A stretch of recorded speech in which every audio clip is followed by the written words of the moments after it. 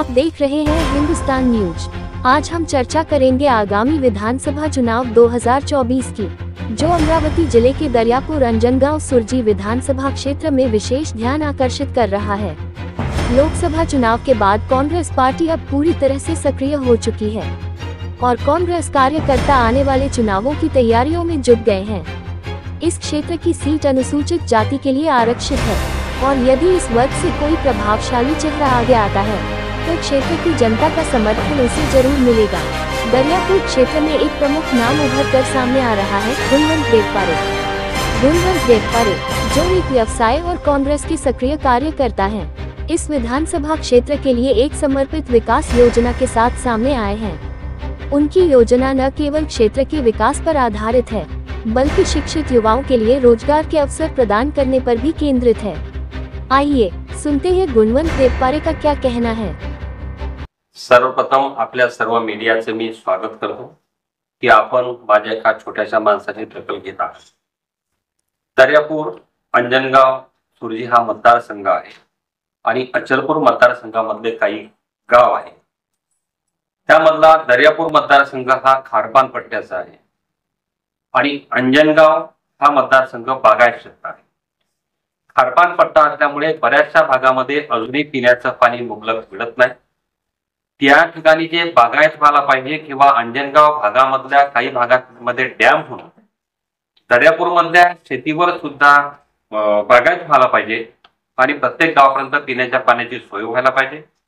त्या ठिकाणी शिक्षणाचे फार मोठे प्रॉब्लेम आहे, कारण बागास एरिया असं म्हटलं तर काय शेतीवरच आधारित सर्व तो एरिया आहे। त्या ठिकाणी इंडस्ट्रियल डेव्हलपमेंट झालेलं नाही, म्हणून दोन्ही ठिकाणच्या तालुक्याच्या इंडस्ट्रियल डेव्हलपमेंट मला त्या ठिकाणी करायचं आहे। आणि पाण्याचा प्रश्न मी आपल्याला सांगितलाच।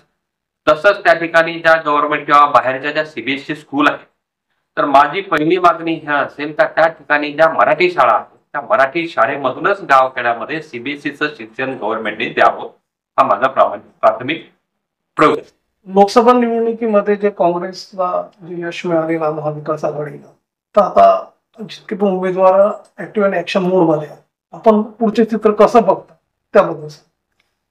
आता सर्व महाराष्ट्रामध्येच काँग्रेस, उभाटा आणि राष्ट्रवादी पवार साहेबांचा गट हे समीकरण पूर्ण तमाम महाराष्ट्रामध्ये जोरात चालू आहे आणि मागच्या लोकसभेमध्ये रिझल्ट आपल्याला दिसलाच। त्यामुळं येणाऱ्या महाराष्ट्रामध्ये सरकार आपल्या आघाडीचंच असेल, त्यामध्ये काँग्रेस आहे, उभाटा आहे, राष्ट्रवादी पवार साहेबांचा गट आहे, यांचंच सरकार असेल हे मी पाहतो।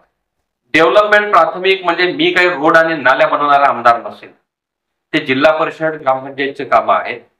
त्या भागामधल्या एमआयडीसी आणि ते शेतीवर आधारित इंडस्ट्रियल डेव्हलपमेंट जर केलं तर तिथल्या शेतकऱ्याच्या मालाला योग्य भाव मिळेल आणि तिथल्या स्थानिक युवकांना रोजगार मिळेल।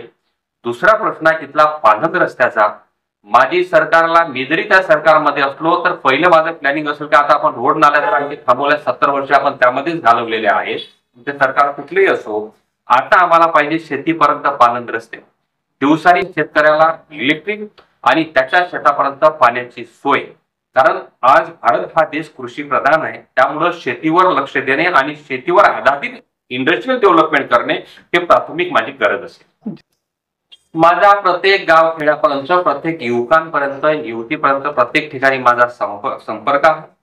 पक्षाकरिता मला माझं ध्येय धोरण तेच आहे। इथल्या युवकांच्या हाताला जर आपण काम दिलं, इथला युवक युवती जर हा भक्कमपणे जर उभा राहिला, ज्या पद्धतीनं चायना गेल्या 45 वर्षामध्ये डेव्हलप झालं, आपल्यापेक्षा पॉप्युलेशन तिथलं जास्त होतं आणि दारिद्र्य होती, पण त्यांचा जो इंडस्ट्रियल ग्रोथ झाला तो ग्रोथ जर आपण महाराष्ट्रामध्ये वाढवला, आणि याचं महत्वाचं उदाहरण म्हणजे आज पश्चिम महाराष्ट्र आणि पुणे जे हे डेव्हलप झालं हे शरद पवार साहेबांची देण आहे।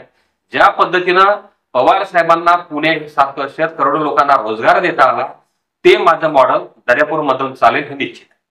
महायुती सरकारतर्फे नुकतीच जाहीर केलेली जी मुख्यमंत्री लाडकी बहीण योजना आहे त्याला उत्स्फूर्त प्रतिसाद मिळतोय जनतातर्फे, परंतु कुठेतरी जनतेची पिळवणूक पण होत आहे महिलांची, विशेषतः की त्यांना खात्यात पैसे येत नाहीये आणि विरोधी पक्ष म्हणते की फसवी योजना आहे।